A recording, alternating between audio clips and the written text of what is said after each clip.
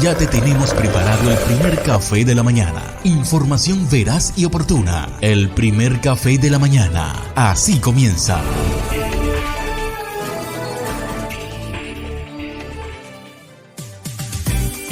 Recién hecho, con información veraz. El primer café de la mañana.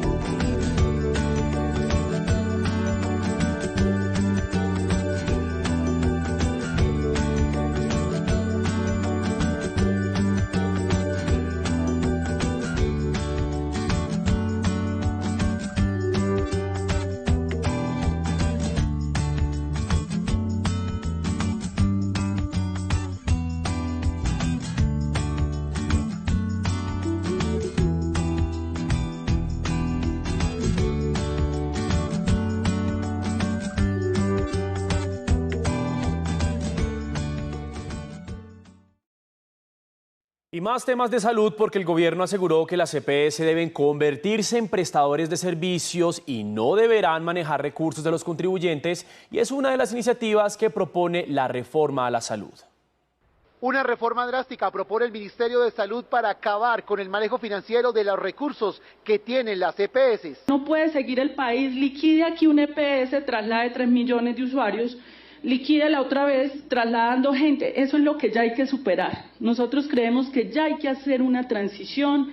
Ese es el llamado respetuoso que yo le he hecho a los directores de las EPS. Según el Ministerio, durante los meses de enero y octubre del presente año se han registrado más de 1 millón de quejas por la mala prestación de servicio. Para el gobierno nacional, las EPS podrían convertirse en prestadoras de servicios. Se le ha propuesto a las EPS que se conviertan en redes de prestación de servicios porque efectivamente muchas de ellas tienen clínicas y hospitales que manejan bajo integración vertical. Para ASEMI, esta medida no es bien vista por las EPS. Convertirse en prestadores, pues es otra discusión, porque dejarían de ser aseguradores. Acá lo que vemos es, y reiteramos el interés de continuar siendo parte del sistema de salud desde nuestro rol de aseguradores. En febrero del próximo año será radicada la reforma a la salud en el Congreso de la República. A horas de que inicien las negociaciones del salario mínimo entre el gobierno y las centrales de trabajadores, Fedesarrollo destapó su propuesta. Propone el 13,5%. Este miércoles instalarán la mesa de negociaciones oficiales del salario mínimo para el 2023. Esperemos a ver qué dicen de otros sectores, ¿no? Los gremios, los trabajadores, nosotros estamos obviamente en diálogo con la señora ministra del Trabajo. La Fundación para la Educación Superior y el Desarrollo, Fedesarrollo, destapó su carta. Crecimiento de la productividad 1,2% e inflación esperada 12,3%, da que técnicamente el salario mínimo debería aumentar 13,5%. Un aumento con ese rubro para el mínimo representaría que los colombianos ganarían 1.135.000 pesos. Para los empresarios la propuesta estaría cercana al 13 o el 15%, para los comerciantes el 13%, mientras que para las centrales está entre el 15 y el 20%. Congelar y disminuir los precios de los medicamentos, modificar la fórmula que define el kilovatio de energía, contener las tasas de interés, controlar el precio del dólar, controlar el precio de los fertilizantes, recuperando la empresa Ferticol. En las discusiones influirá la fluctuación del precio del dólar, que hoy cerró en promedio a 4.809 pesos, la devaluación del peso colombiano y la desaceleración económica generalizada. A medida que avanza el diálogo entre la oposición y el gobierno de Venezuela, el gobierno de Estados Unidos ha retirado algunas sanciones. Muestra de ello es la licencia que autoriza a la petrolera Chevron Corporation a reanudar operaciones limitadas de extracción de petróleo en el país sudamericano durante 6 meses. El experto petrolero José Toro Hardy destaca que la medida demuestra una flexibilización de las sanciones, pero considera que es absolutamente insuficiente para reactivar la economía. Tiene que haber un flujo de ingresos. Un flujo de ingresos significa que se active la economía, que se active la producción petrolera. Sobre la posible incidencia en el aumento de la producción petrolera venezolana con el impulso de Chevron, el exdirectivo de la estatal PDVSA se mostró escéptico. Yo estimo que eso puede ser en el orden de unos 350 a 400 mil barriles por día en un año. El dirigente de la Alianza Todos Somos Unidad, José Rafael Mejías, consideró como muy positiva la reanudación de actividades de Chevron y solicitó a la comunidad internacional y a la ONU que ejerzan con firmeza la tarea de ser garante de los recursos bloqueados preventivamente en el exterior. Ante la voraz e incontrolable rapiña que los integrantes del régimen le aplican a cuantos recursos manipulan, sirvan para solventar en algo la creciente y atroz pobreza que se cierne. El vicepresidente del partido político oficialista PSV, Diosdado Cabello, vio con optimismo el reinicio de las negociaciones entre ambas partes y el alivio de las sanciones en el sector petrolero. Álvaro Algarra, Voz de América, Caracas.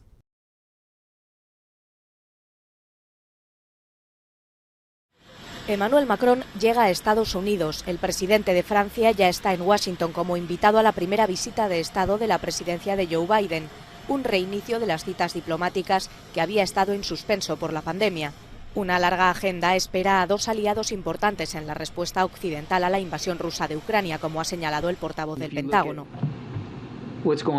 Viendo lo que está pasando en Ucrania, lo que está pasando en el Indo-Pacífico y las tensiones con China, Francia está realmente en el centro de todas esas cosas y el presidente Macron ha sido un líder dinámico dentro del G7, particularmente en Europa. Y por eso el presidente creyó que este era exactamente el país correcto y más apropiado para comenzar con las visitas de Estado. Es una visita importante del aliado más antiguo de Estados Unidos y la Casa Blanca lleva días preparando su llegada, incluyendo la decoración navideña con ayuda de voluntarios. Me ofrecí para ayudar a decorar la Casa Blanca los últimos 3 días y estuve allí el lunes cuando hicieron el anuncio de la llegada de Macron. Y él va a ver unas decoraciones navideñas muy bonitas. Va a ser abrumador, porque fue un montón de gente de todos los estados para ayudar, cuenta esta trabajadora social. La última vez que Macron visitó la Casa Blanca fue en abril de 2018, citado por el expresidente Donald Trump. El viernes, Macron se dirigirá a Nueva Orleans para anunciar los planes para ampliar la programación de apoyo a la educación en lengua francesa en las escuelas de Estados Unidos.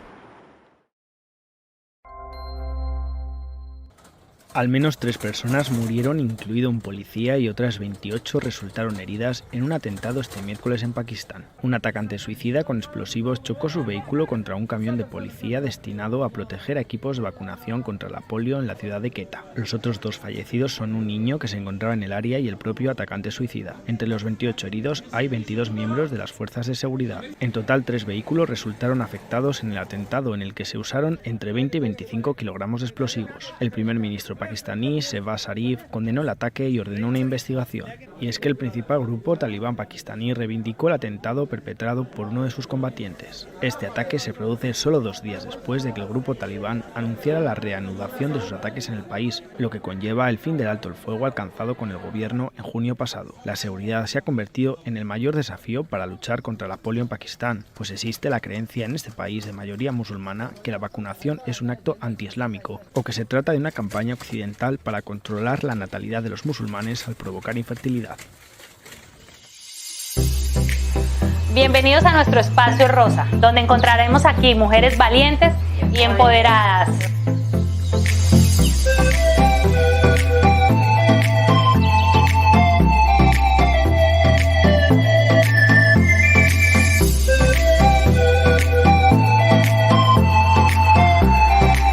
Y con esta valiente mujer que hoy celebra que ha superado su proceso de cáncer, iniciamos esta bella capistoria. En plena pandemia y de manera inesperada, Andrea recibió la noticia que había sido diagnosticada con cáncer de seno. Llegó así de manera inesperada a revolucionar su proyecto de vida. Necesitaba ser asesorada, pero en Cúcuta no encontró quien la ayudara. Creó entonces un grupo de WhatsApp de autoapoyo. Pero yo nunca me imaginé que fuera a llegar a tener una fundación, jamás en mi vida. Yo realmente, pues todo esto es llevado por Dios. El grupo de apoyo se volvió en fundación.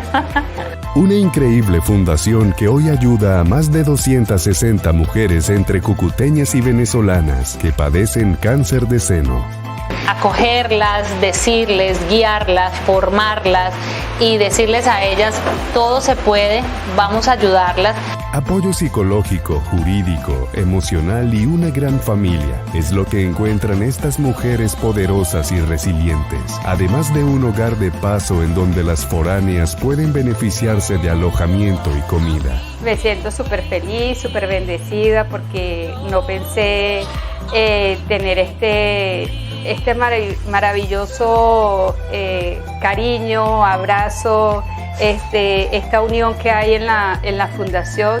Es una familia donde nos dan muchísimo apoyo sentimental, porque nosotros somos pacientes muy sentimentales y tenemos aquí psicólogos, tenemos abogados para las tutelas, para las demandas, tantas cosas. Tenemos un gran equipo, entonces nos sentimos muy acogidas gracias a esta Fundación Rosa. Esta sede se sostiene con la ayuda de recursos propios y la venta de algunos productos y está ubicada en Prados del Norte, Comuna 5 de nuestra ciudad, y en donde el servicio se ha optimizado notablemente gracias a los más de 24.233 millones de pesos invertidos en obras de acueducto y alcantarillado. Sin duda, a Andrea le cambió la vida, pero ahora junto a estas mujeres rosas sueñan más, disfrutan de escucharse, pero sobre todo, hacer latir su corazón bajo un solo palpitar, el amor por vivir intensamente cada día. Y desde el barrio Prado Norte me despido en compañía de estas mujeres guerreras. Gracias por acompañarnos, nos vemos en una próxima Capistoria. ¡Dimensión Rosa!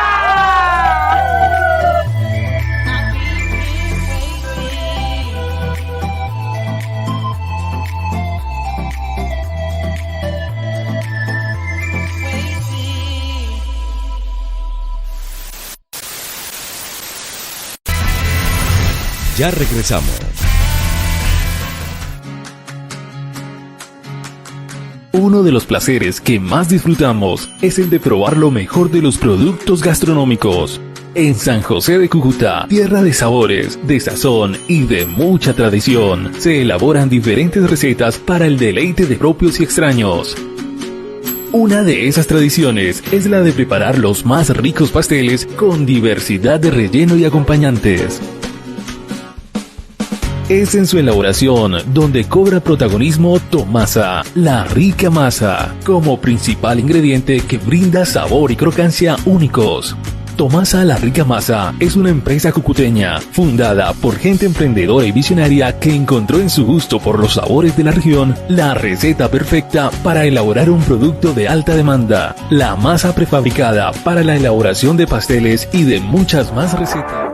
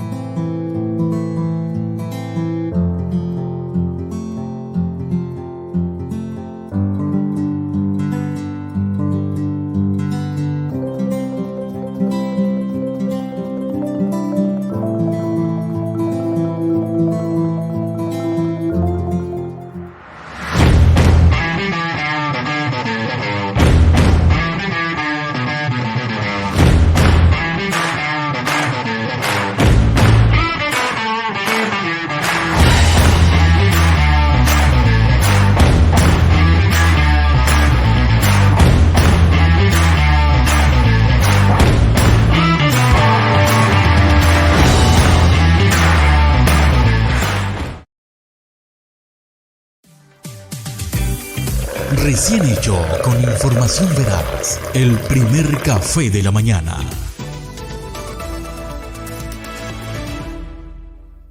Qatar enviará gas natural licuado a Alemania. Bienvenidos a Economía. El acuerdo de 15 años llega en el marco de la crisis energética causada por la invasión rusa de Ucrania. La semana pasada, Qatar firmó un acuerdo con China de casi 30 años, todo un récord en el sector. Los esfuerzos de Alemania para asegurar el suministro de gas tras la invasión rusa de Ucrania parecen dar sus frutos. Qatar suministrará a Alemania a partir de 2026 y durante 15 años gas natural licuado por el puerto alemán de Brunsbüttel, en el Mar del Norte. Qatar Energy y ConocoPhillips firmaron un acuerdo que asegura la importación anual de hasta 2 millones de toneladas de GNL. 15 años está muy bien. Obviamente parecen buenas condiciones. No me molestaría que los contratos sean de 20 años o más, pero las empresas deben tener en cuenta que las compras de Alemania disminuirán en algún momento si queremos cumplir el objetivo de emisiones. Eso es de público conocimiento. Habeck agregó que las empresas alemanas están asegurando el abastecimiento de diferentes proveedores y que Qatar es solo uno de ellos. El país del Golfo posee la tercera reserva gasífera del mundo, después de Rusia e Irán, lo que posiciona a Doha y a Teherán como líderes en exportaciones energéticas. Este acuerdo con Alemania tiene lugar poco después de que Qatar firmara un contrato de mayor envergadura con China por 27 años. El acuerdo se convierte en el primero de Qatar con un país europeo a largo plazo, pero la semana pasada China y Qatar firmaron un acuerdo récord. ¿Y cómo transforman estos contratos el mercado del gas natural licuado? Nos lo cuenta nuestro compañero José David Navarro. Pues poco a poco lo van a ir transformando, ¿no? Ahora mismo el mercado del gas natural licuado es muy volátil. Lo hemos dicho algunas veces, barcos que incluso cambian de rumbo porque encuentran un mejor contrato, es decir, más dinero sobre la mesa, o incluso barcos que esperan en la costa hasta que en el mercado spot esos precios aumentan para entregar ese gas. Así que ese contrato, por ejemplo, con China, entre Qatar y China, es una forma que puede tener Qatar de mostrar al público, ¿no?, los beneficios que tiene firmar acuerdos a largo plazo que hagan de ese mercado que ahora está adquiriendo tanta importancia, más estabilidad, no solo en los precios, también en el suministro de gas. Esa riña o esa competitividad entre el mercado europeo y asiático se va a mantener por bastantes años, hasta el 2026 aproximadamente, cuando un país como Qatar pondrá en el mercado más gas, cuando se espera que aumente de los 77 millones de toneladas a 110 millones de toneladas su capacidad de suministrar el mercado. Más temas. El presidente Joe Biden avisó este martes que una huelga de ferrocarriles podría poner en peligro la economía de Estados Unidos y pidió al Congreso que intervenga antes de que se produzca ese parón que podría empezar el próximo 9 de diciembre. Con la ayuda del Gobierno, las dos partes ya alcanzaron en septiembre un acuerdo tentativo que recogía una subida de salarios del 24% para los trabajadores, así como formalidades para permitirles ir al médico sin ser penalizados, como hace el sistema actual, que no contempla días por enfermedad. Los trabajadores de 8 sindicatos del sector ferroviario han votado a favor de ese acuerdo, pero 4 sindicatos lo han rechazado y en los últimos días han amenazado con convocar un paro justo antes de las Navidades. Conocemos los detalles de esta crisis que asoma en Estados Unidos con Ana Nieto, nuestra analista allí en la Bolsa de Nueva York. Ana, ¿por qué esta huelga dispara las alarmas en Washington y qué puede hacer el Congreso? Pues dispara las alarmas porque los cálculos es que podría llegar a costar hasta 2.000 millones de dólares diarios a una economía que está en un momento bastante frágil. El presidente Biden, que normalmente apoya a los sindicatos y tiene una amplia base de votantes entre ellos, dice que esta huelga puede afectar el trabajo de casi 760.000 personas solamente en las primeras 2 semanas de paro, y eso le preocupa y mucho. También preocupa que se vuelva a alterar la cadena de proveedores y eso pase una factura muy importante a la economía, porque el 30% de las mercancías que se transportan en este país es por ferrocarril. Eso es un problema sobre todo a últimos de año, que es cuando se espera un amplio consumo. Por parte del Congreso, lo que se puede hacer, y probablemente se haga mañana, porque así lo ha dicho la líder de la Cámara de los Representantes, es que se haga ley el acuerdo que se alcanzó con mediación del Gobierno y que aceptan 8 de los 12 sindicatos del sector. Y Ana, ¿cuál es el principal escollo en las negociaciones con los sindicatos? Pues no es salarial. El problema es la rigidez de los horarios y sobre todo la falta de días por enfermedad que no existen en este sector, que no contemplan las negociaciones y tampoco contempla siquiera el acuerdo con el que se intermedió la Casa Blanca para este problema en verano. Ahora mismo los sindicatos estuvieron proponiendo 15 días, que es un máximo que los empleadores no han aceptado, solamente han contestado con un día, y eso les deja en una posición muy desventajosa. La mayor parte de los empleadores ofrecen muchos más días de baja por enfermedad o para ir a los médicos. Ahora, ¿qué se hace? Se piden vacaciones pagadas, es decir, que al final los empleados del ferrocarril no tienen tantas vacaciones como el resto. Para quienes están diciendo que esto no debe ser así, para los sindicatos que no aprueban este contrato, esto lleva a pensar que transmite la idea de que estas empresas están trabajando con unos costes laborales muy bajos y unas plantillas muy ajustadas. Gracias, Ana Nieto, desde la Bolsa de Nueva York.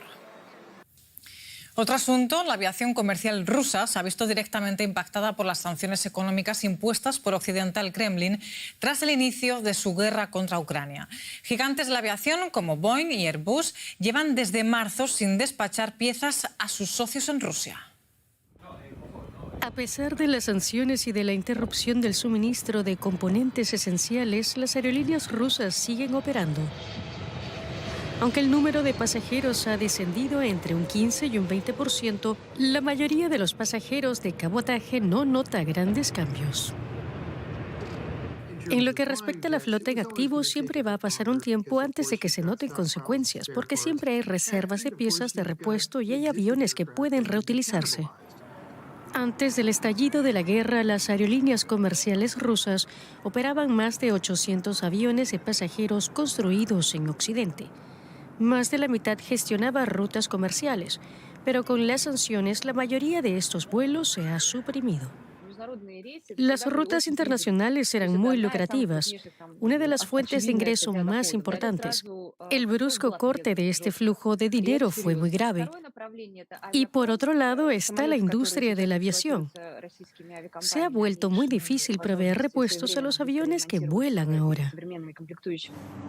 Ya antes de la guerra, las aerolíneas rusas tenían dificultades para conseguir repuestos. Un piloto grabó este video hace un año. En él se ven anotaciones amarillas con las letras INOP, es decir, inoperable. La situación empeoró considerablemente desde la guerra. Y proyectos de prestigio como el MS-21 y el Superjet Sukhoi 100, ambas aeronaves de construcción rusa, tienen un talón de Aquiles. Dependen en gran medida de los motores y la aviónica de fabricación occidental. Ni el MS-21, que se construye con componentes extranjeros, ni el Superjet 100, que también se construye con piezas extranjeras, pueden producirse ahora mismo en Rusia. La falta de acceso a componentes críticos significa que la aviación rusa será en los próximos años una sombra de lo que fue. El Tren Maya es el proyecto insignia del gobierno de Manuel López Obrador. El mandatario quiere potenciar la industria turística de la península de Yucatán. Se trata de un proyecto controvertido por el fuerte impacto ambiental en el ecosistema selvático y en los depósitos de agua subterránea, en el que participan inversionistas europeos como la empresa alemana de ferrocarriles. Esta es la franja de 90 metros de ancho para el Tren Maya, poniendo en peligro un ecosistema sensible. Así lo denuncia el biólogo Roberto Rojo, quien nos acompaña a las obras cerca de la turística Playa del Carmen. El gobierno no esperó a los informes medioambientales ni a la aprobación final antes de talar la selva tropical. Se estima que se cortaron 9 millones de árboles. La fragmentación es el principio del fin de los ecosistemas. No hay otra palabra para decirlo, es un ecocidio que no debió haber sucedido. Una preocupación que el presidente mexicano no comparte. Los videos promocionales prometen puestos de trabajo y riqueza. El trazado está diseñado para llevar a los turistas desde las playas hasta las ciudades y pueblos mayas a lo largo de 1.500 kilómetros de vías. Los críticos afirman que se están haciendo muchas cosas mal. Entre otras, porque el mayor tesoro de este lugar se encuentra bajo tierra, en los llamados cenotes, unas reservas de agua dulce vitales para los animales y la selva. Cualquier construcción que se haga en esta región que llegue a este lugar va a afectar el acuífero. A los ecologistas les asombra que empresas europeas, incluida una filial del operativo ferroviario alemán Deutsche Bahn, hayan aceptado colaborar con el proyecto. La disputa llegó a los tribunales, pero tras una breve paralización de las obras, las excavadoras regresaron. Las autoridades rechazan las acusaciones y nos muestran los permisos. Afirman que se han plantado muchos más árboles de los que se talaron. Es una obra absolutamente legal, es una obra totalmente amigable con el medio ambiente y es una obra que va a generar mucho desarrollo social. Algo que no abunda en la península de Yucatán, donde apenas hay trabajo. El tren podría traer movilidad y empleos, como señala Deutsche Bahn. Además, asegura no ser responsable de la protección del medio ambiente, sino que su papel se limita a un asesoramiento por el que cobra 8,6 millones de euros. Rojo quiere mostrar a los alemanes los daños que los proyectos turísticos han causado en el pasado. Algunas ciudades costeras crecieron tan rápidamente que la basura y las aguas residuales envenenaron los bosques. Para turismo, a los dueños solamente, y la población va a seguir con su nivel de vida igual o peor. Los ambientalistas han perdido esta batalla, aunque esperan evitar la deforestación en otras partes de la línea. No están en contra de los trenes ni del progreso, sino de un proyecto que perjudica el entorno. Punto y final de este informativo económico, pero tenemos mucho más para ustedes dentro de muy poco. Gracias por estar ahí. Sigan con DW.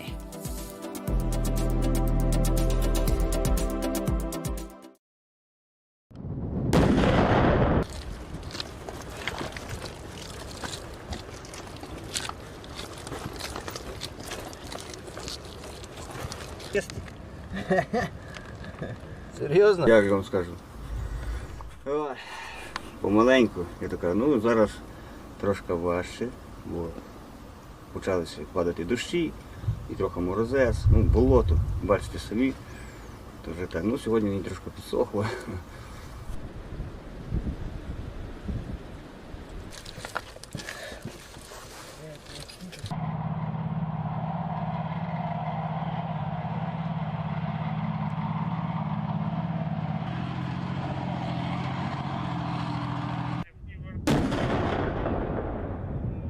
Ці машини зарекомендувалися себе дуже добре. Максимальній дальності, яка по тактику ми обслуговуємо її згідно з регламентом.